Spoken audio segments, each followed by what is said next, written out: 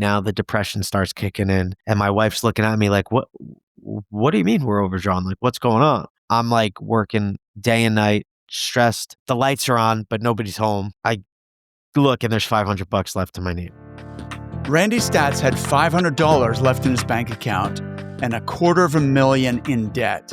I ended that partnership, walked away with nothing, walked away with really $250,000 of debt and money that was owed to me that was never going to get owed. So I just walked away. I said, here you go. I want nothing, did my resignation. And then I had to figure it out. He and his wife were about to have a baby, and the business he'd spent 7 years building was on the verge of collapse. The funny part of the whole thing is when you're on top, right? Everybody's your best friend. But when you fall, you learn real quick who your best friend is. Rewind to November 2015 when Randee started S4 Search Partners. Randee was 30 years old and he had moved back in with his parents in Jersey. He bought a desk from Walmart, set it up in their basement, and started cranking out calls. 6 months in, he landed a massive contract with $1 billion company. He was billing like crazy. And then it just started taking off, right? I started getting these calls from this big company being like, hey, I need this. I need an outside sales rep. I need a route manager. I need a service manager. Sure. Yes. So I'm starting to bill. And next thing you know, I'm like, oh, wow. But there were significant challenges. Over-reliance on one big client, low fees, 80-hour weeks. Randee was stuck on a hamster wheel. Then in September 2022, Randee's problems compounded when he made a bad decision that nearly destroyed his business. I remember I was having a mental breakdown in a sense where I called my parents. I was like, it's gone. It's all gone. And I just wanted to cry. Welcome to the Resilient Recruiter Podcast. I'm your host, Mark Whitby. In this episode, Randee shares the mistakes he made and the specific steps he took to rebuild from nothing to billing $1 million in 2023. Being successful at anything you do, you have to be about 99% naive. And then just 1% of just, I'm never going to give up. If you've ever felt like you're working your ass off, but just spinning your wheels, you need to hear this conversation. Randee, welcome. Mark, thanks for having me. It's been an absolute pleasure. I was super pumped to do this, so thank you.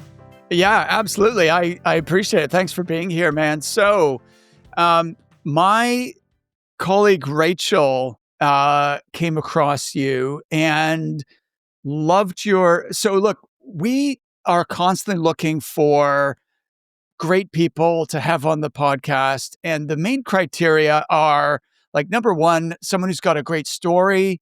And number two, like a great story that involves resilience, right? Because that's the name of the podcast. And number two, someone who's achieved something extraordinary. And you check both those boxes. So I'm excited to be doing this. How did you get into recruiting? Oh, man, Mark, truth be told, I wanted to be a baseball player.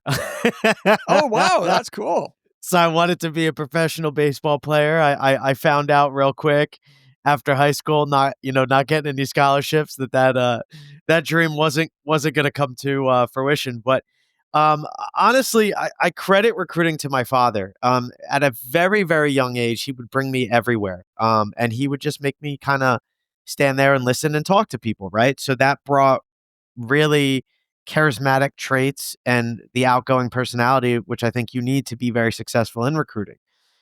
Fast forward to me graduating college, I started for a company doing outside sales. So again, you had to cold call, you had to knock on doors, you had to deal with rejection, right? And then I went to a company in New York City called Bounty Jobs. So anybody obviously in the recruiting world knows what Bounty Jobs is. Had no idea what recruiting was. Worked for a startup in New York City called Bounty Jobs, and always had that entrepreneurial mindset because my dad owned a business and was at Bounty Jobs for about 6 years. Good company, have nothing but great things to say about them. But I wanted more. And that's when I started, looking into ideas.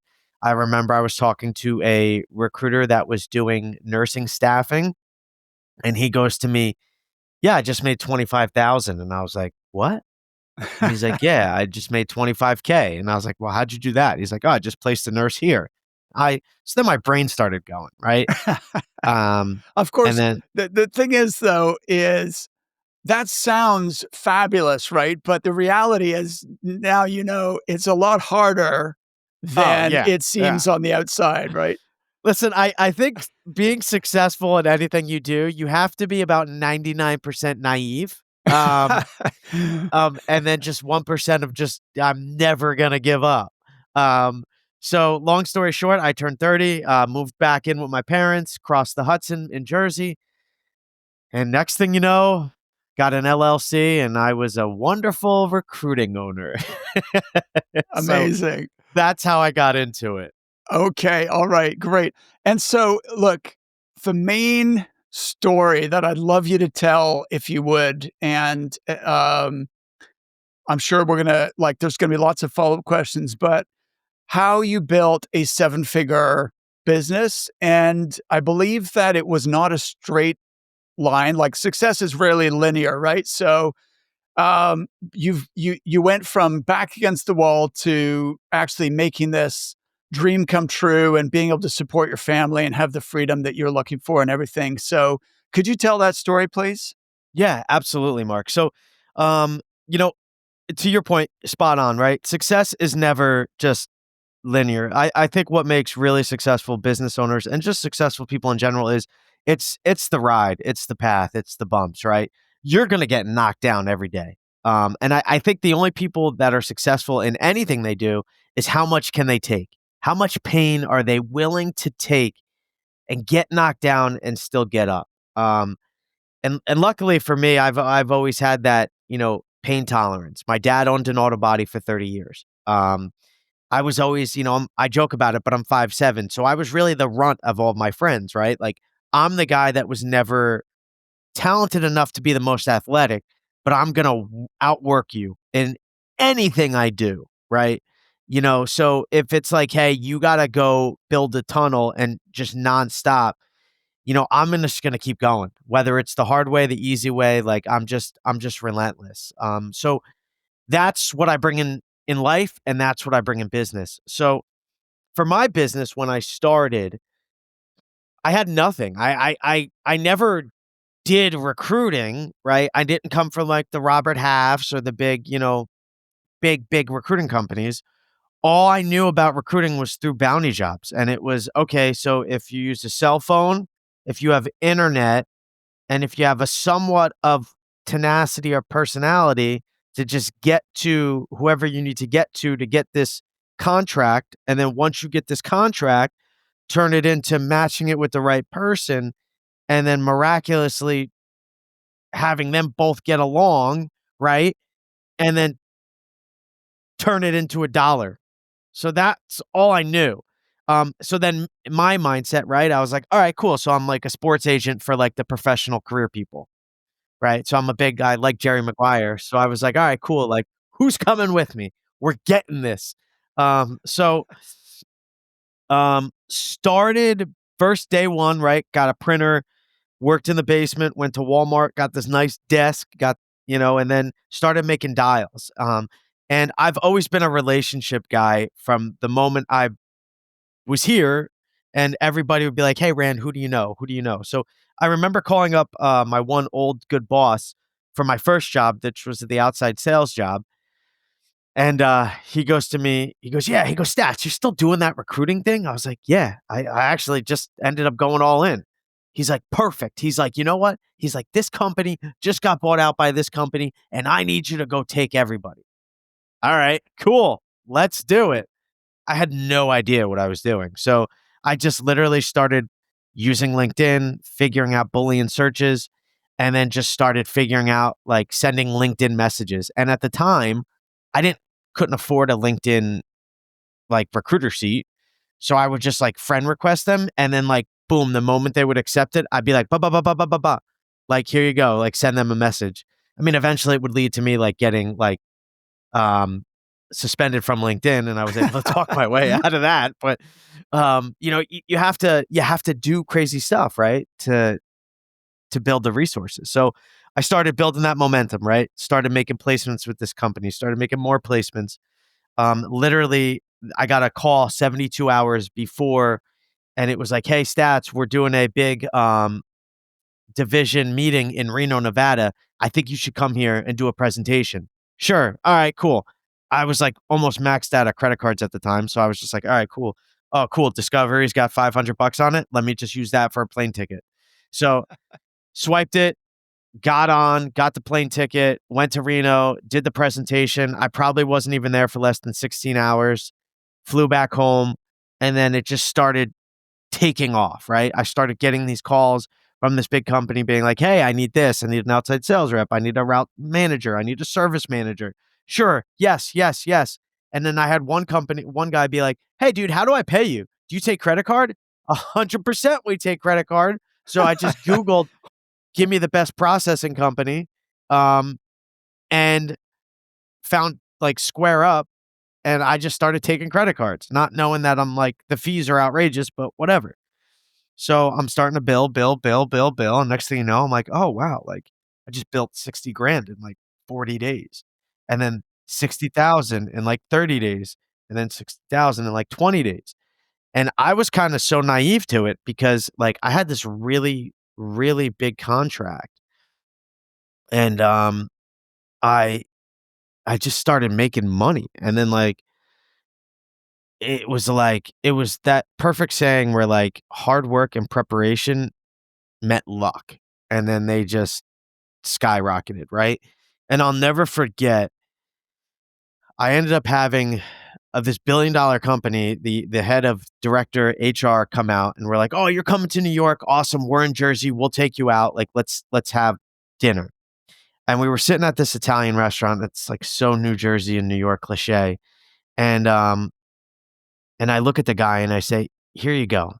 I said, "We're gonna do this with or without you." I was like, "But I really, really want to do this with you."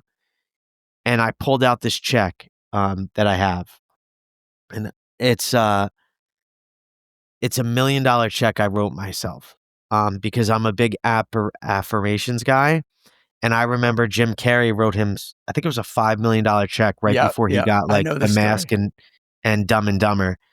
So I was like, you know what, I like that, and I wrote this check, and I put it across the table, and I said, I'm going to cash this, and I wrote out the date, and I was going to cash it on my birthday, which is August 19th. Um, and I said, but I'm going to do this with or without you, and I'd love to do this with you because you don't want me to be the guy taking the people from you and me doing it with somebody else. And then I just shut up. Now, I will credit some of that fortitude was a little liquid courage, right? So I had a couple, vodka tonics, but we left the meeting, and he calls me up the next day and he goes, "Rand, here's our contract. Let's go." And I was flabbergasted, and I said, what made you go with us?" And he said it was the check. And it wasn't even like a sales pitch. I'm just like, what you see, Mark, is what you get. Like I wear my emotions on my sleeve. Like I'm just so authentic. So I just was like, hey, and to this day that check's in my wallet, and that's how I got that whale, like to go nationwide. So then it was just off to the races from there. We ended up having we brought on 2 people, and we just really took that account and maximize it out to over a $600,000 account.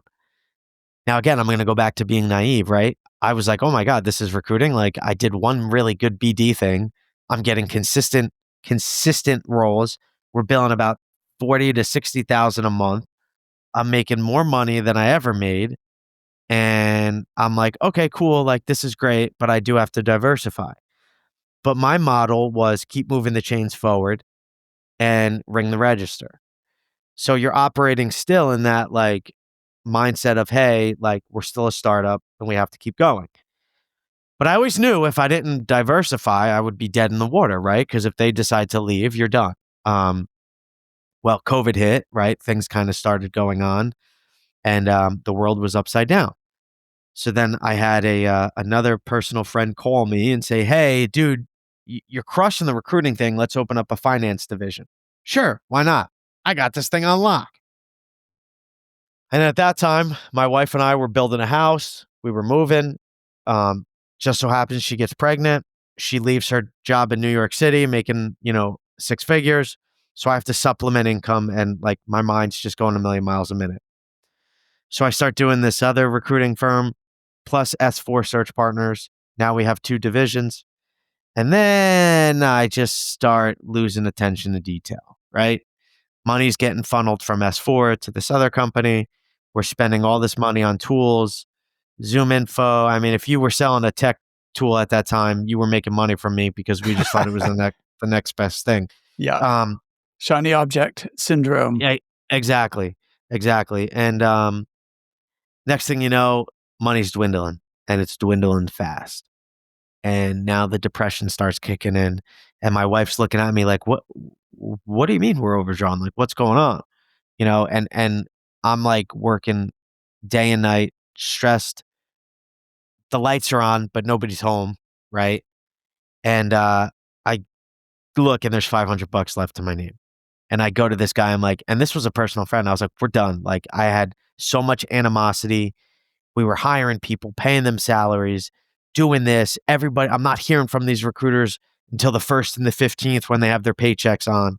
And I'm just like, bought a guy on that had like 30 something years of experience. I took a PayPal loan out to pay the guy 100 grand because I had to make a fast move, and not knowing that, you have to repay that. That's $3,200 a week, it was killing you. Right. So, the room's shrinking, it's shrinking fast. Now at this point, right, I could sit here and say, well, Mark, it's because of this guy and this guy and that guy and that guy and that guy. But I'm not like that. I've always been a guy to look in the mirror, and I've always taken accountability because that's the only way in life you grow.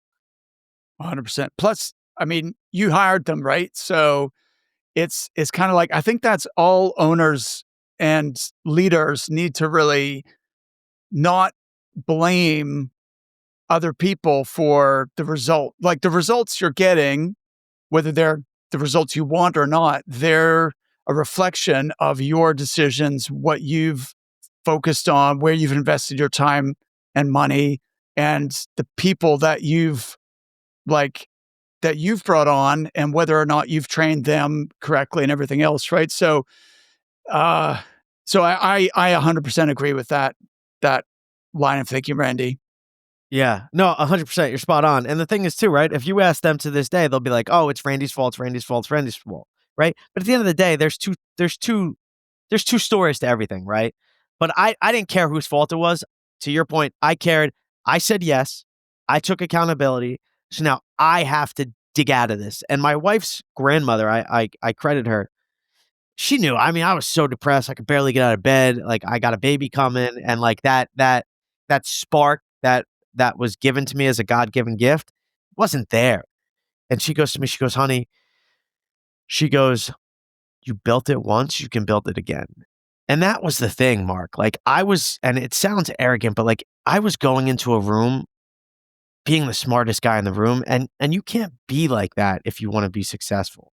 So I had to flip my entire life upside down. I ended that partnership, walked away with nothing, walked away with really $250,000 of debt and money that was owed to me that was never going to get owed. So I just walked away. I said, "Here you go. I want nothing," did my resignation.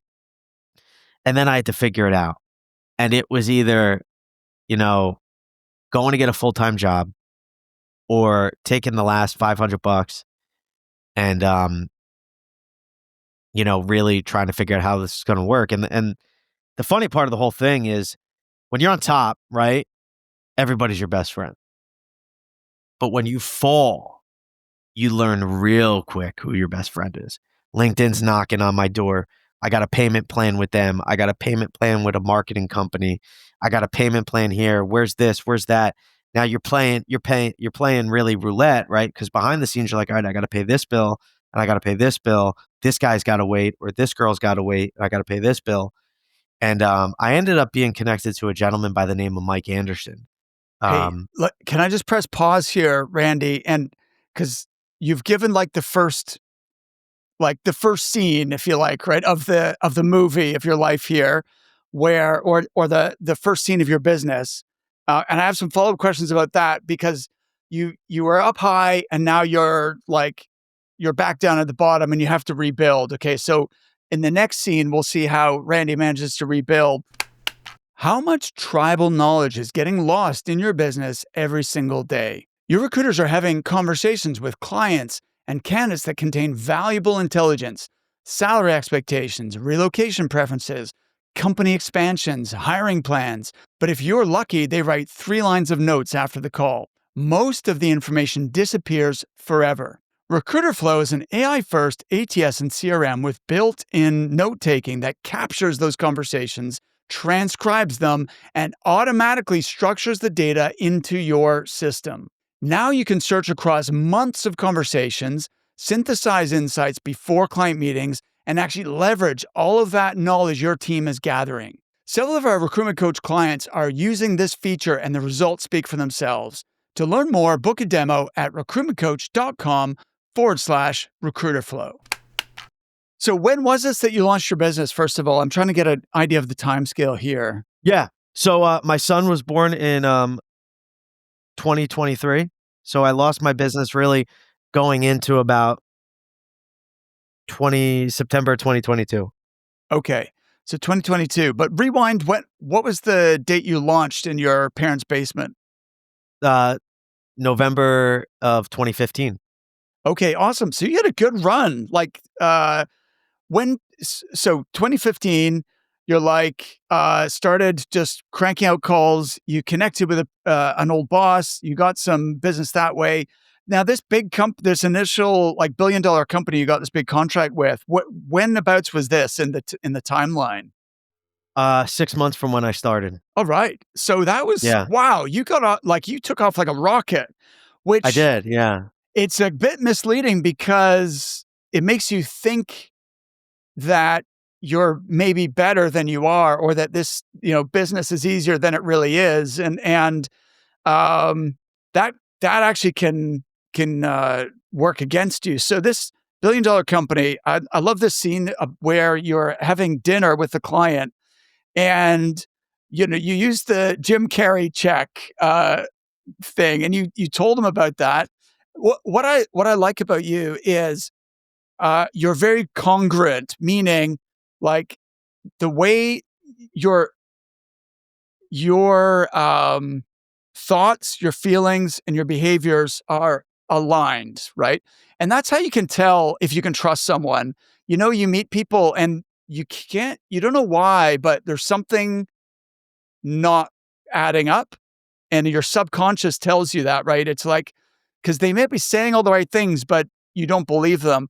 The reason that I believe you is because everything is in agreement, like your body language. And I can tell that what you're saying is like, you really feel that, you really believe that. So I can see why these clients are buying into you. But your approach was a bit adversarial. Like if you say, I'd rather be recruiting for you than taking people out of your company, how did they react to that? Like, because that's quite a confronting thing to It's say. ba it's ballsy. It's they laughed and they got it and they're like, "No, listen, I completely understand." Like, because at the end of the day, right, recruiting, that's what we do. If you find the best passive people and you take them from one company to the other. They're not, miraculously just gonna be applying to your job, and then, you have to go and get the good ones. So they understood that. And I said it in a way where, yes, as I tell the story, it sounds more direct, but I definitely said it more passionate and more like with empathy. Okay, okay, got it. And we kind of skimmed over, like, there was a lot of things that you were doing right in those early days. Like, if you look back, why do you think you were so successful so fast? What do you think the key, um, either strategies or habits or qualities were that allowed you to create that? Customer service. One of the regional managers, called me and said, "Rand, you know why I like you?" And I said, "Why?" He's like, "Because I'm on the West Coast and it's 11 PM your time and you always pick up the phone." He's like, "And I know you care." And it was also too because we did flat rates, right? We were doing, flat rates, so it wasn't like, to your point, right? What you see is what you get. Like, I'm not inflating salaries to make more money on the back end. Like, I'm only making X and that's it. So, like, if the guy wants 150 or 130, it's not going to affect my pay either way. And I think with a high volume account like that, flat fees are very helpful. And that was just the luck of the draw, right? Where it gives you more volume and it doesn't think, oh, well, is this recruiter trying to inflate this? And then we also, crazy thing, we first got in there with 6 months guarantees and we quickly ended that, not because of the talent, but because it was like, hey, if we're doing this, you have to have your other agencies hold that standard, and they just wouldn't. So, we were like, all right, let's just go 90 days then at that point. And then also, too, we had a process. Everybody I talked to, it was like, hey, Mark, awesome. Thanks for giving me a call. Listen, we're able to rock out those outside sales reps for you. Before we do anything, obviously, we only get paid once we put somebody in the door with you. But the only thing I ask for you is two things: communication and 15 minutes of your time on a biweekly or weekly recruiting call. And what that ensures me is, hey, this job's still open. Two, you're serious about hiring. And three, you're just not going to hear from me one time and then miraculously get resumes. That shows you, hey, I'm working on this, I'm getting at it, and let's get this done. And if they committed to the weekly or biweekly recruiting call, that was my internal check to know they were serious. If they didn't, then I knew, okay, cool, let's go on to a different location.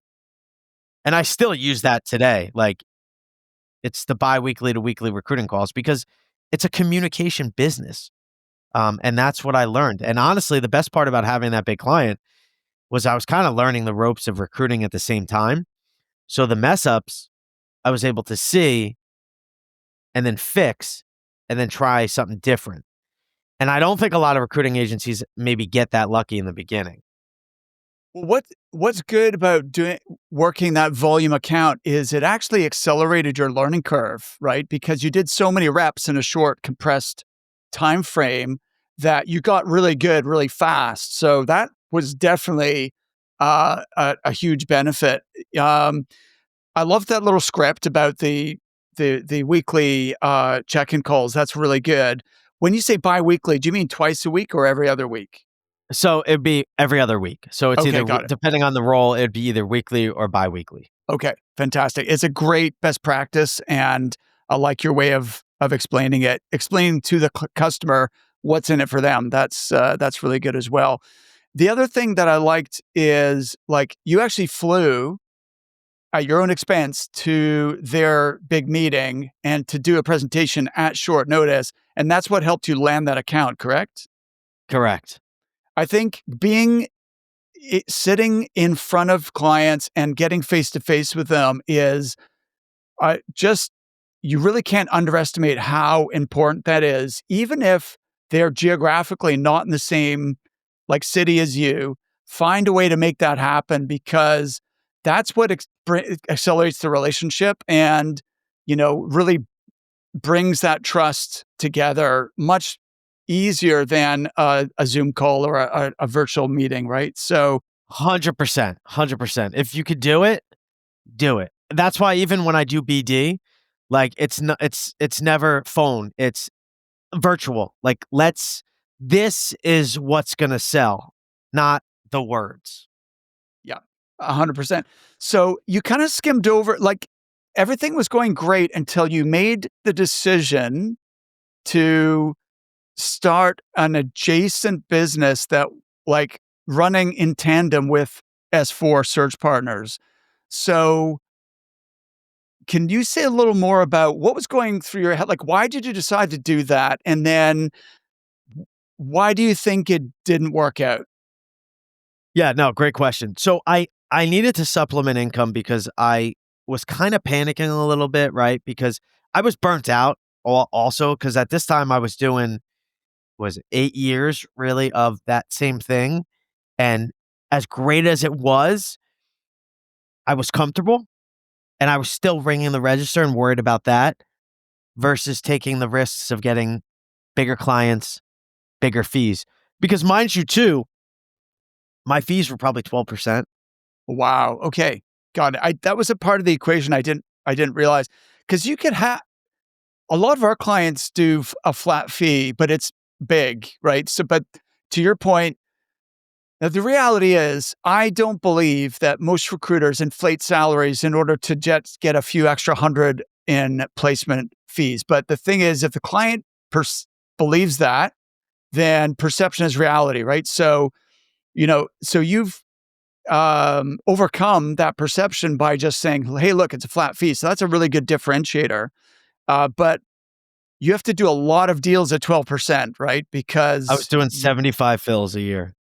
okay, wow, yeah. And our fees went from this 5,650, 7,000, and 12,000 for management. I feel. Do you know what? I think you're. Do you think your background at Bounty Jobs kind of skewed your perspective on fees and made you undervalue the service you were delivering? No, I think I was just ignorant to the industry and I needed to get ahead and be this company's top vendor. And we needed to think of a way to get to the top without having the results yet.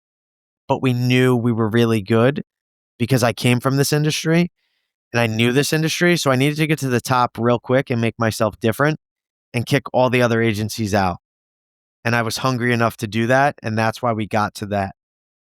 And I just got comfortable there with those flat fees because I didn't know any better. And I also was so scared to ask for like 20% or 25% because I needed the business and I wanted to make myself different.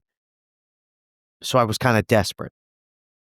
Yeah, it's such a common trap, and is I see recruitment companies when they get started, then they start out with pretty low fees because they just want to get business, right? They want to get going and they want to win work. And but the problem is then they don't adjust afterwards. They kind of stay at that lower rate. And it is very much a confidence thing of like, well, I know clients will pay that, but I don't want to lose business by increasing our fees, right? We actually have it in our coaching program. One of the first things we get people to do is we have this, like, everyone in the group shares what their terms of business are, what fees they charge, and all that stuff. And we get people to, like, we ask them, when was the last time you actually increased your fee schedule? And a lot of people haven't like done it since they started the business. They set out their fee schedule and they've never updated it. So like a very quick win is just, let's just charging more for this same amount of placements that we're already making, right? Now, not all clients are going to increase, and you may have some legacy accounts that you want to continue servicing at that other rate. But some clients will come along with you, and new clients for sure don't know the difference anyway. So, what have you got to lose by, quoting a higher figure? Um, so you felt like you needed to diversify and bring in more revenue. Um, why do you think that didn't work out? Because I was so focused on billing Okay, and I was getting so many roles consistently, right? That I was getting pulled away of, okay, cool, we're going in this direction. Wait, nope, gotta ring the register. Wait, nope, we just got 7 more fills, back to ringing the register. So I was so focused on that mode, right? That it was like, all right, cool, like whatever, like gotta pay for my mortgage, gotta pay for bills. Like I keep getting these roles, like I'm really good at it. Just keep filling it, just keep filling it. And then it was a hamster wheel. And it was listen, I'm beyond grateful for it because it to your point, I learned recruiting and I learned it really fast and I got a ton of reps out of it. But if I came from the big box ones like the Robert Halfs, et cetera, I I would have learned really fast in a different way and I would have put more money in my pocket. I probably would have took a little less stress off myself and I would have enjoyed the process a hell of a lot more. I hear you, man. I hear you. But you know what? You would have probably just learned different lessons and made different mistakes. So, I Yeah. think it's just being an entrepreneur. There's gonna be pain. You said earlier, like how much pain can you take and keep going. So, um, the problem was you just were maxed out. Like you didn't have the bandwidth, right? You were use the expression hamster wheel. I hear so many recruitment entrepreneurs talk about they feel like they're in a hamster wheel. And you were also working as a recruiter in your own recruitment business, right? So you were doing every job. You're the owner and you're the manager and you're the recruiter, right? That's a lot of different jobs you're trying to do at the same time. And the biller and the customer service rep if there's an issue. So, like, you're everything. You're Yeah. everything. Okay. So then how long did you have this other business until you pulled the plug? So, I had that business for about a year. Okay. And it was and the biggest thing about that business was we had S4 search partners, right, which was dealing with that big account. And then we had this other business, which we started an LLC on, went 50/50. Um, and then it was like our finance accounting division. Um, and we had 2 clients right off the bat that were big, and the guy that I partnered with was able to get them. But the issue with that business was I was the only one from the staffing industry. So, like, nobody knew staffing, right? And I would argue to tell you that I technically, at that point, even though I was in staffing, didn't really know staffing. Um, and for me, right, like, I'm not really big into salaries. I think in this business, you eat what you kill, and that real hungry person, is going to do that. And we're started paying salaries to everybody. And then we started buying, the Zoom infos and the tools, but we're not using them. And then and then we're in an office and the office is dead silent. I'm the only one on the phone. And I'm Uh-oh. like, what, That's not a good what? sign. Like, it's like, oh, well, I went on the resume database and I did everything. Well, did you really do everything? Because, in this business, you got to kind of turn over every stone. And then, like I said, we ended up having this other person who was a connection through a connection reach out, and he had about 30 something years of experience. And I was like, and I was blindsided. I mean, if you look at the person's LinkedIn, like I had another recruiter guy tell me, he's like, why'd you hire that guy? He's like, look at his LinkedIn. And like, I was so blind. I had my blinders on because my wife's pregnant. We're building a house. I'm getting pulled in a million directions. I got contractors calling me, finishing this up. I'm a first time father. I'm like thinking big picture. Like, I got to set my son up. I got to do this. I got to do that. And it was like, guy wanted 100K and I'm trying to figure out how to make it work. And we tried to like put everything on paper. Next thing you know, 90 days, nothing. And it's just excuses, excuses, excuses. And I'm a big, big believer in this, Mark. You literally are a representation of the 5 closest people you hang out with. And I became like them, right? Excuses or this or that, or, stop eating healthy, right? Just everything. And, I had blinders on, man, like, and it was done. It as quick as because we had quick success real quick, and then it was down. It doesn't take much to unravel everything that you've built, right? Your hard work, your persistence, all that energy and hunger that you put into building this thing, and then, a few wrong hires on big salaries who don't produce, and all of a sudden, it's a totally different picture. So how many people you mentioned this guy with 30 years experience, and by the way, sometimes people have say 10 years experience on paper, but they really have 1 year experience repeated 10 times, right? The number of years on someone's resume, it means nothing really. Like it's about their attitude, their mindset, how hard are they willing to work, rather than, you know, 30 years experience. But I guess you learned that one the hard way. How many people did you have in that other business? Uh, 5.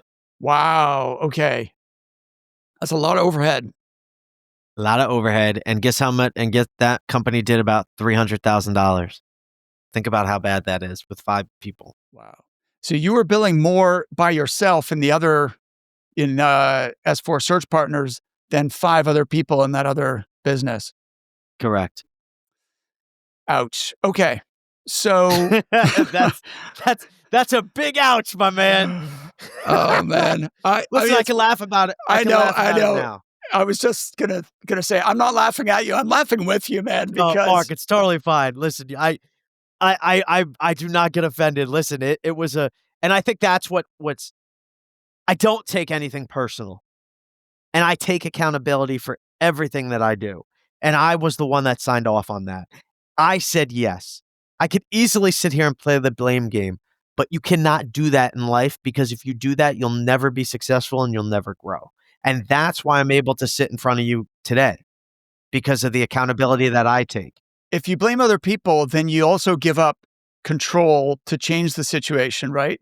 So you have to take responsibility first, because now you're empowered to do things differently, to change your decision or to adopt a new strategy. So, yeah, look, building a firm, a multi recruiter firm is challenging, and it's fraught with pitfalls, mostly related to people. Like team, like building a team is tough. We have 2 programs. One is called Elevate. That's for the solo producers or very small, like 2-3 person businesses. And then we have one called Apex, which is for the men and women who want to really scale to the moon and they want to like build a big business. And that's a much smaller group. And look, I will tell you from working with those guys that it's daily challenges, and you have to know, like, there's not a right or wrong. Like, I don't think everyone should scale. I think staying small and like lean and highly profitable for a lot of people is the right thing to do. Um, so you have to really know what you're getting into and make the decision. Is this truly what I want? Because if so, that's fine. Like, but as long as you're fully committed, you're all in, and there's going to be a lot of challenges you have to navigate and get through to achieve your goal. And if you know that that's what you're doing, then great. Um, but don't go into it blindly for sure. Yeah, no, I think that's great advice. And I mean, listen, the pitfalls, you got to have a very hefty stomach, man, because like there's a lot of pitfalls. Yeah, I hear you. Okay, so let's pick up where we left off. So you pulled the plug on this other business, and you've got, what did you say, $500 left in the bank? $500 next to my name. I remember I was having a mental breakdown in a sense where I called my parents. I was like, "It's gone. It's all gone." And I just wanted to cry, right? And like I didn't want to, I was masking the pain from my wife, right? Because I think it was like a Robin Williams quote where it's like, "Hey, like you don't understand the pain that you see behind, you might see the smile, but the pain I carry behind these eyes is ridiculous." And then your mind starts going, right? Like now you're playing the in between the ears game, right? How do I get out of bed? What do I do? Oh my God, I'm bringing a baby into this world, and now they're financially worse than they were 2 years ago. How am I going to pay the mortgage? Do I have to go back to sweeping, parking lots when I started doing the business? And you got to also take the ego aside, right? Like if you have ego in this game, I think you're also going to lose. And I think that's in any business, because it's like, okay, cool. Like at that point, it's fight or flight. And to me, it's survival mode. But looking back on it now, here's the crazy part about the whole thing, Mark. That was the best thing that ever happened to me, because when my back's against the wall, I am like the Hulk. I'm a fighter. Like that's where I thrive. Like it's like, and also too, I'm dangerous at that point, because what do you do to a person that's got nothing else to lose? I've lost everything. Yeah, So the only I way is up. can only go up, right? Or as my Yeah, grandma would say, you just keep going up. And I have that on my wrist to look at every day, because awesome. life is the most beautiful and tragic thing in the world and everybody gets kicked in the face and knocked down, it's, are you gonna get up? And that was the best thing that ever happened to me, and that led me, again, we're gonna go to connections, right? And you said it, the way I talk and passionate and, believing. I met a gentleman through another marketing program who called me up and he was kinda going through the tough times, and he said, "Hey, dude, you should really meet with this guy named Mike Anderson." And I was like, "Who's that?" He's like, "You don't know who Mike Anderson is?" And I was like, "No, there's so many LinkedIn influencers on this world now that like." And that's another thing, I'm not knocking it, but you don't know the influencers, right, of what's real and what's not, and it's a facade. So I connected with Mike and I said, "Hey, dude, just straight up, like, here's my situation. This is what I got. This is what I have. This is what I did. Not trying to, lead you down a path of, hey, like I'm just being real with you. Like, if you want to talk to me, great. If not, completely get it." And Mike's like, "Yeah, man, let's talk." And we got on the session and it was like, I mean, it was magic. Like, I'm just like writing and writing and writing and writing. And I'm just like, and he's like, first thing he said was, "You don't have a business. Your business is a complete joke." And he goes, "The fact that you've been in business this long just tells me one thing. You can really tolerate pain and you can work." So I was like, "Okay, cool." And then I was like, "What do you mean I don't have a business, dude? Like, I just built 600 grand." Um, and, and Mike is obviously he's got a great story, former, alcoholic, chosen God and, sober. And we just kind of hit it off. Like everything. And at that point too, Mark, like I'm very coachable. Like if you said, "Hey, you're going to go to a football field and if you want to be successful, you're going to pick up manure on every yard line and that'll make you successful." And I'll be like, "All right, cool. Like whatever. If that's what I got to do, let's do it." So, he just started showing me the ropes. And first thing he said was, "This $600,000 client is not a client. You might as well just go work for them. You're no longer going to work for them. Anything you touch moving forward is 20% or higher. You do not take anything less than 20%. You do not give money back. It's all free replacements. And your payable is 10 to 30 days max. If your clients do not get like that, you have to walk away." And I'm like, "Dude, what do you mean I have to walk away? Like I have no money. Like it's literally Christmas time. Like what are you talking about?" Um so I just said yes and it sucked. Like especially like, and he also said this, he's like, that is your gift. You're likable. Get on every sales call virtually. And he also said, "You do business development every day. I don't care if you can't go to sleep. You do business development before the day ends. And we're going to start getting reps." And that's what I did. I started sending out emails um, and making them myself, I call them randomized, right? So I started making them sound like me. I started stop being the whole generic, "Hey, my name's Randee and I own a staffing firm and I see that you're hiring. I would love to get," like, they don't care about that. Like, it's a human at the end of the day, right? So I started putting personality into it. I'm a golf guy, started making jokes about golf, right? Like, "Hey, listen, looking to fill one of your roles. Here's the deal. Either say yes, or it looks like I might have to go get a seasonal caddy opening." Something stupid funny, right? Like breaking the ice. And I started, ironically, having a lot of fun. And I started really loving the recruiting game again. And I started seeing it in a different perspective.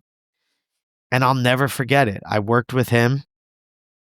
And then, like a couple days later, I landed my first big structural engineering contract, 25%, 30-day payable, 90-day guarantee, free replacement. And it just so happened that the only good thing that this 30-year veteran brought was like, an engineering contract, which wasn't the one I got. It was another one at like 10% that we never filled. But I started building a database of engineers, right? So I was like, oh, well, let me just go back into my applicant tracking system here. And I ended up placing the guy with this 25% fee, and it was a $30,000 fee. Go Randee. All right. That's more like And it. I was like, wow. And then I was like, you know how many fills I have to do with this giant company to get $33,000? And then I said, I have something here. And I remember I went upstairs and I said to my wife, I said, we're we're gonna be okay. And throughout that whole holiday season, right? And I think I forget the guy's name, but they call it separation season, right? Between like Thanksgiving to like New Year's. It was nonstop. And that gave me the momentum for the following year. So I got rid of so that was kind of the turning point of my life Love and the that. turning point of my career. So this is what, 2023? This was this was 2023. 2023, This 24? early so December 2022, December 16th of 2022. I'll never forget it. That was the day I talked to Mike and had no money. What do you see as being the benefit of hiring a coach? Oh, dude, 100%. The benefit is life-changing. But you have to be in that mindset before you do it. If you're not willing to, what's the famous line? If you could lead a horse to water, but you can't force him to drink. Yes. So And true. at that time, Mark, when I reached out to Mike, You were thirsty. well, that's a great, dude. That is the best way to put it. A lot of people exactly. I was very thirsty. And I had the right mindset because at this point I had nothing else to lose. It was, all right, you got $500 left, figure it out, or you're going to get a corporate job. And everybody knows you're an HR nightmare. So like figure it out. So Randee, I've heard you talk about daily discipline, and could you share a little bit about your framework for staying focused and consistent? Absolutely. So I have a daily planner. Great. This is it, right? Did you I have make your own planner, or where did that come from? so I figured this out on Amazon. I got it, but I'll give you a little insight. I am in the process of developing my own recruiter daily planner because I have a lot of people ask me about this. And I'm hoping to roll that out in the beginning of the year. So you'll be able to purchase that on Amazon, where it breaks down your business development, your top 3 tasks on what you need to move forward that day, just move the chains. Because, in this game, right, being a full desk, you could get cluttered real quick and you can do a lot of nonsense work. You have to strip that. And every day I would write down what I need. What's my 3 big tasks? I have a business development checklist. And our business development works like this. You reach out to 5 companies daily, 5 key decision makers from that company. So it's 25 total. This is through email, right? And then you do follow-ups the next day. So on average, you're doing about 50 new outreaches per day. And that is a non-negotiable thing that has to get done daily. We have 42 jobs on our board right now. I did business development before we did this podcast. Love it. So let me just understand. So you've got the BD checklist, 5 companies, 5 decision makers per company. That's 25 emails. And then the follow-ups, is that phone calls or what's the follow-up? All emails, Mark. I don't do Really? any. Interesting. Yeah. So I'm not a cold calling guy when it comes to BD. Yeah. As soon as they respond, I say, great, awesome, Mark, love it. Hey, love the fact that you got the energy. Real quick, you know nothing about S4. I know nothing about you. Let's get on a 5-minute Zoom call. Let's iron this out. You'll hear about my contract and I'll see if you're serious about hiring. Does 3 p.m. Eastern work today? Boom. I love it. Good little script for converting the email response into a booked Zoom meeting. Yeah, because our biggest thing was we have to get reps, right? And if Yeah. they're not willing to get on a call with you, they're not serious about hiring. Yeah, for sure. For sure, for sure. It has to go offline to a phone call or a Zoom meeting. Um, y let's go back to the daily plan. You've got the 3 most important tasks that you wanna accomplish that day. You've got your BD checklist. Is there anything else on that that you're, writing down ahead of time? Yeah, so, follow-ups, submission follow-ups, right? I have a thing in my contracts, I need 24 to 48 hour feedback, or I'll stop. So, I'll literally start, doing boom, boom, boom, boom, boom, boom. Okay, cool. And I'm lucky enough to I'm very good at building relationships, so I have a lot of repeat business, um, which I think is key in this business. Um, a lot of people, they look at an opportunity and just say, "Okay, cool, I gotta get the fill and move on." But I dare you to say you should open up that door, and when you kick that door open, you can do a lot of business with that client. You just have to figure out how to build that relationship, and I'm very good at that. Um, so I have about 10 companies that I do residual business with all year round. Um, and again, I text them, they become friends, Merry Christmas, etc. So, um, but back to the daily planner, I'll break it down like this. So, I'll do BD in the morning, first thing, because that's the task that I don't want to do, right? So you kind of eat the frog in the morning. Then I'll do about some phone outreach to candidates. Then I'll do a search, another phone outreach, and then like 3 searches. And when you So I say try to do searches, you mean like sourcing candidates for correct, the correct. openings? Okay. Yep, yep. And I try to do minimum on the candidate side. I have email campaigns. I have a platform I use, which I love. Um, but I'll do minimum on top of that, 25 phone calls to candidates. And then it'll come up in my tasks of who to call So daily, that's daily, you're phoning 25 candidates? minimum. Yep. Okay. Tell me why phone candidates but not phone clients? Isn't it kind of the same thing? Great question. So candidates to me are more receptive in taking your phone calls because they have so many options and so many things doing. And there's also some pain points, right? I might call you on a day where you're absolutely ready to make a move. Clients expect you to call. And there's so many screenings and, you know, gatekeepers that I'm doing so much volume in BD that I'm letting the emails be essentially my gatekeeper and getting them to get on phone calls once they respond. Okay, I take your point. Are you open to considering that might just be a mindset shift and that actually look, there's no question it's easier to reach a candidate by phone than it is to reach a client. Totally accept that. On the other hand, there may be clients who never respond to an email. They just either ignore them or they delete them or they don't see them, but they might respond if you actually reached out by phone. Yeah, listen, I think I am open to that, and I think that is a very, very good point. I just think for me, because of the volume that I'm doing, because I'm doing such high volume BD, that I've kinda had it down to a system. But again, right, like, I'm always open to changing things, right? Like, you know, listen, I tell you, "Hey, I'll do emails all day." But, there's one client where, the lady sent me an email saying, "Hey, please do not contact the owner, blah, blah, blah, blah, blah." So then and that's when I called her. So this is the one time I did call and I said, "Hey, I am so sorry. I didn't mean to do that. I just want you to know that it was in the system.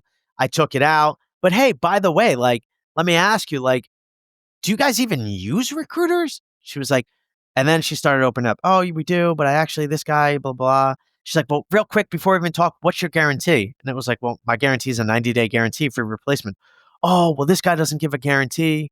"Well, listen, like, hey, I'm not trying to, talk bad or ill about anybody, but I'll tell you the industry standard is for this. Like, what else do you do?" So, yes, to your point, I agree. I That's think actually a great example, Randy, because you turned a rejection into a sale, which, like most people, I think if they get that reply back saying, "Don't contact us," then they'd be like, "Oh, I better," like they take it personally, right? And they're remove that person from the list, but you picked up the phone and made something happen. Yeah, and listen, I will do that, right, occasionally, but I do agree. I think there's 2 ways to skin a cat, and I think ultimately, yeah, for me, the email works just because of the volume, right? As I am coming off a desk more and more and allowing my team to kinda handle the full recruiting and the account management, I think there is, going into hypothetically 2026, yeah, there's gonna be more times where I'm gonna strictly be doing not only emails, but phone calls to BD prospects. Because I'm working a full desk, and maybe this could be an excuse, right? Or a mindset thing. Because I'm so focused on, hey, we have, the biweekly recruiting calls or the weekly recruiting calls.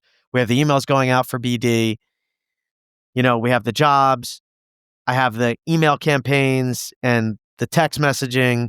The phone calls to me get through to the candidates because that to me is the part of, hey, you can ring the register real quick while we're building the register on the back end with the emails for the clients. Does that make sense? Yeah, yeah. No, look, running a full desk is there's a lot of moving parts. You're spinning a lot of plates. And what I love about what you've described, it's very systemized. You have your daily plan, that the discipline of planning in advance, and then you execute your plan. And that is a beautiful, beautiful thing. When do you sit down and make your plan? The day before, Day before, what time? 10 p.m. at night, Oh, or really? Whoa. Okay. yeah. I wasn't expecting you to say that. Do you not think you'd be fresher like earlier in the day to like knock out your plan maybe before you finish up or So I write things down, but I like doing it at night because I get to go home. I get to be dad. I get to tell you I watch TV, but I don't. But I do watch Mark Whitby's podcast on YouTube. Um, and Thank you, sir. it just clears my mind. I'm a night owl. Okay. I'm actually a guy that doesn't sleep that much. I probably get 4 hours sleep, which I know that's a whole different podcast. And Yeah. they'll, you know, but Okay, so it works for you. 10 o'clock, it clears your mind. You write down everything you wanted to accomplish the next day into your planner. And then what that means is you can just go the next day. You already know what you're doing and you just can hit it hard. So I think that's incredible. Any other tips or strategies that can help people to really just stay focused? Because there's so many distractions, right? I think that's more than ever before. People find it hard to stick to their plan and be consistent. yeah, no, 100%. So I think there's a couple things. One, you have to get a really good with AI and everything. And listen, I'm going to tell you this right now. I don't think AI is going to replace recruiting. I think it's going to help. I was actually texting somebody last night, a good friend of mine, and he had a good quote. And he said, AI will enhance the great recruiters and get rid of the bad recruiters. And what I mean by that is you need to use AI and systems because that is going to help you in this industry, but you will never, ever replace the human and the authenticity of relationships. If you use those two together, you're going to be through the park, through the roof, and one of the best firms out there. Now, one of the systems I use is Sourcewell. Sourcewell has been an absolute game changer for me. I absolutely love it. Um, I have a code now, so if anybody wants to go try it out, we could put the code in here. I was able to, over the last 6 months, build an applicant tracking system with them that they just rolled out. So we just left Loxo, which was our ATS, and now are fully integrated with Sourcewell on everything. But what Sourcewell does for me is it allows me to be humanized and it allows me to help my systems. So what do I mean by that? Well, I know when to call when to call candidates, excuse me, because I have my daily tasks. I have my email campaigns that go out to BD and candidates, and I can do BD in essentially 45 minutes versus 4 hours. And it also gets me a reminder, right? And then obviously, you should integrate, I do use ChatGPT. It makes me sound like I go to Harvard when I could never get into Harvard. But you have to have those systems utilized with your internal systems And then the biggest thing for me, and a lot of people have asked me about this, is the point system. Oh, Now, okay, tell me about this. what is the point system? Well, you said it, Mark. You can get very overwhelmed with recruiting. You can get pulled in a million directions, right? So I think we're probably the only industry that you could wake up and you think it's going to be a wonderful day and you got to put out a massive fire. Um, so the point system in our industry allows your mindset and your scalability to know that you might not be making money right now, but you're filling the funnel. And in this industry, it's about filling the funnel. It's not about fills, it's about filling the funnel. And when that funnel drips, those become the fills, right? So Mike and I created this. So you get 3 points for every submission. I'm sorry, you get 2 points for every submission, 3 points for every interview, and 5 points for every new contract you get. So How many points is a successful day? So Mike started off with 20 for me, and I blew that out of the water. So I do 40 points a week. 40 points a week. Okay. So I learned the same system, but a different scoring, like different weighting of activities from a recruitment trainer called Bob Marshall. Have you come across Bob? I have not. No. Oh, Bob is amazing. He might be retired now. I hope he's still out there. He's based in Atlanta or just outside Atlanta. And so Bob had what he called the 100-point sheet. So the idea is that you want to get 100 points every day. So every client you like attempt to speak to a client or a candidate is like 1 point. If you actually speak to them, then that's two more points, right? And then a submission is worth X, and an interview and a client meeting and a new job order and so on. It's very similar to your system, but the way that the scoring works is that you're trying to get 100 points a day. If you get 100 points a day on average, you're going to make money because you're doing the right things, all the activities that lead to money. And it's just a game. It gamifies it, right? It makes it fun. You can keep score. And that way you stay focused on the right activities that and not kind of get too distracted. So I love the point system. I think it's great. Where do you physically, like, is this on paper or do you have a like digital version? How do you keep track? And I'm showing you guys all my tools today. I got it right here. There's right here, right here. So I write it down. Um, and it says every day. So this is my other dashboard, right? This is my weekly dashboard.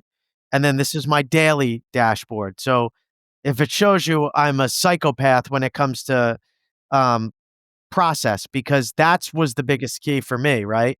And it keeps you in line. I mean, listen, I could go all over the place. That's just my personality, but my the process and the point system, right? So I have interviews. Boom. I had this week alone, right? 1, 2, 3, 4 interviews. 1, 2, 3, 4, 5, 6, 7, 8, 9 submissions, 1 new contract. My goal is to hit 42 points. Now, I think a regular goal for somebody just starting out, 20 to 25. But to your point, right, or to Bob's point, the 100-point day thing, yeah, it all does the same thing. It's filling the funnel. That's the key to this industry. Because if you could go 3 months without a fill, right, and it happens, you become very depressed. Your systems start going differently. Your activity 100% drops. This keeps you in line and keeps you on the path, because if you do these points, I can guarantee you're going to, or if you do Bob's system, you 100% are going to make money. You're doing generating revenue activities. And then again, the prize at the end of it is the drip, which is the fill. And fills do not count as points, people. They don't. Somebody asked me that. No, that's So Bob lets you count those as points. So that's, I guess it's personal preference, but yeah, that's cool. So then, so this is like December 2022 is when you kick things off. And then when did you break the, marvelous $1 million mark? last year. Wow, that's awesome, man. Congratulations. Thank you. It was, Yeah. yeah, it was, it was, but I also said to myself going into 2023, I said this, I looked in the mirror and I said, this is going to be the hardest year of your life. I was like, but two things are going to happen. You're going to be a better husband, a better father, a better business owner, a better brother, a better friend, or it's it. You're done. But either way, something good's going to come out of it. And I remember sitting at my kitchen table. It was like 1 a.m. I couldn't sleep. And I was just smiling. And I'm like, I was happy. Now, mind you, just to kind of give you the context of that, I was overdrawn. I had no money, but I was happy. And I didn't know how I was going to pay my mortgage in the next 3 weeks. But I knew I was on the right path. And I felt it in here, right? Because to your point, your gut and your mannerisms, they tell you what's going on internally. And 99.9% of the humans don't listen to any of that. And that was the changing point for me. And that is kind of what slowly started getting me out of the depression or just the monotony of like, the sluggishness. And then you start building momentum in this business, and then it just starts going Momentum crazy. is key. And the thing is, it can go both directions, right? So you can be on a downward spiral. And like you've kind of alluded to this, it affects everything, right? Your work affects your mindset, your emotional state, and which affects your like how well you're eating or how much attention you're paying to like fitness, or are you like investing in your family? And it all just kind of goes like this. But if you can turn that around and get positive momentum, then it's a virtuous cycle, right? And it's like everything gets better. It does, and it's a mindset thing too, right? To your point, like it's it's a wonderful thing, but you have to be receptive. I think in life. Listen, I don't ever wish anybody to go through the crap that I went through, being credit card debt, figuring out how to do it. I hope you never have to go through that. But you have to go through life there has to be one point in somebody's life where you're broken. Because when you get put back together, it's the best feeling in the world. And you learn a lot. Like my circle is so small now, Mark, because like all the people that were like my best friends they weren't friends. Like they don't care about you. I have a circle now where every guy in that circle is successful. And every guy in that circle wants you to win. If somebody says, hey, I just closed a $2 million deal in real estate today, everybody's generally happy for you. And we all start throwing ideas out because we all rise together. You don't get that much in life. You don't get that from family members. You don't get that from best friends. So you have to find that. And that was a blessing for me. Finding that group, finding that circle, being around people that are millionaires, right? Or successful or taking risks. Because how many times, Mark, have you gone to somebody and said, hey, I have an idea? And they're like, why would you do that, Mark? Like you got the podcast, you got this, like why take that risk? But are you asking the right person, right? Yeah, absolutely. You have to be very careful who you confide your ideas in, and make sure that they actually. Yeah, I totally get what you're saying. I tend to keep that stuff to myself, and unless I 100% know that the other person um, is going to be positive. That doesn't mean I'm open to constructive feedback in them, like give me useful, um, critiques on my ideas, right? But as long as you know that they are 100% behind you and they want you to achieve your goals. Yeah, 100%. And that's the one thing too. Like I'm not trying to go to the complainers. I don't care. Sorry. Hey man, like we're all lucky to be alive. We're all lucky to be in this beautiful world. Hell, you live in a time where a 7-year-old could be a multimillionaire if they post videos on YouTube reviewing stuff, right? But think about that, right? Like I don't want to hear it can't be done. Randee, just briefly, because my audience always wants to know this. You mentioned Sourcewell. Are there any other tools you use that are kind of that you could live without? That I can live without or use? No, that you could not live without. They're like integral to your daily practice. So here's my tech stack, and I hate to plug these guys. If we could ever figure out a way to be $1 billion company, we'll all make money in the recruiting industry. LinkedIn Recruiter Pro, you need it. I've tried other platforms that say you don't need it. As of right now, you need that. I mean, it is what it is. It's the devil you know. My tech stack is that: LinkedIn Recruiter Pro, Sourcewell, Zoom Info, Calendly, and Microsoft Outlook. That's it. Listen, do we use the Indeed resume database here or there? We do. I'm not a big job poster. I have 2 job postings on LinkedIn. They haven't really, I feel like over the last year, it's been going down. I very, very rarely find candidates off that. It's always passive outreach. That's my tech stack. I've tried stuff. I'm trying, I think it's Pin. I'm doing a demo with Pin.com, in 2 weeks because I think that might be pretty cool. But I think you should always try different stuff. Not necessarily you shouldn't buy it, but you should see what's out there. Yeah, for sure. 100%. But that's what I use now, and that's what I use every day. Randee, we've gone overtime just because that was a lot of fun, and you had a lot of awesome stuff to share. So thank you so much for being real, being vulnerable, and sharing not just the highs, but also the lows in your journey. And that was a lot of fun, man. Thank you for doing it. Yeah, no, Mark, thanks for having me. Like I said, I truly appreciate it. It's been an absolute honor. And when your team reached out, I was like, yeah, absolutely. Awesome. Well, let's talk again soon. Take care.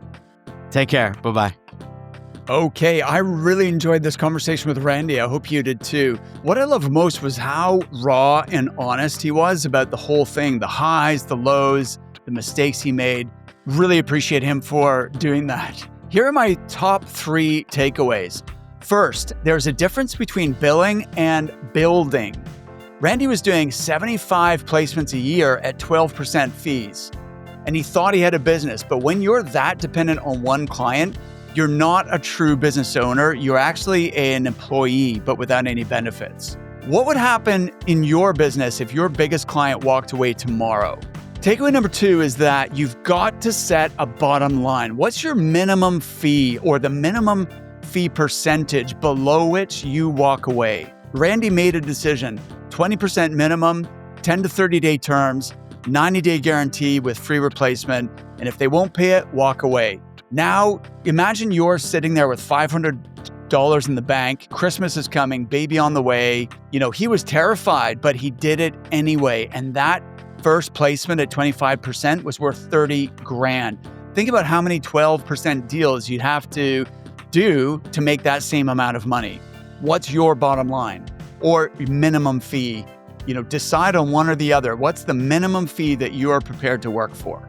And third, daily discipline is everything. So every night at 10 p.m., Randee writes out his plan for the next day, his 3 big tasks, his BD checklist, so 5 companies and 5 decision makers at each company.